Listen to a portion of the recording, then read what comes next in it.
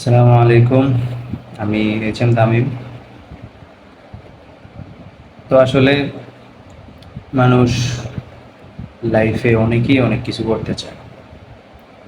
অনেকেরই অনেক বড় বড় স্বপ্ন থাকে।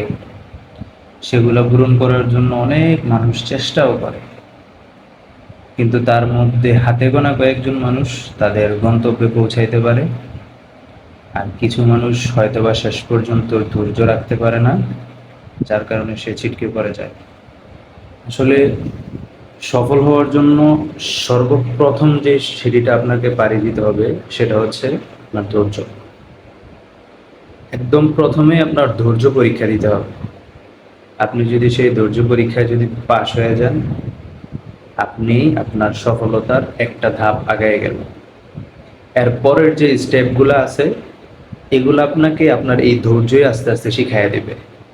তো যে কোনো কাজেই সফল হওয়ার জন্য মাস্ট বি ধৈর্য ধরতে হবে। ধৈর্য ধরে লেগে থাকুন, ইনশাল্লাহ একদিন না একদিন আপনি সফল হবেন। এবার এটা যেই সেক্টরেই হোক, ইনশাল্লাহ। চিন্তা করবেন না, আল্লাহর উপর ভরসা রাখবেন। সবাই ভালো থাকবেন।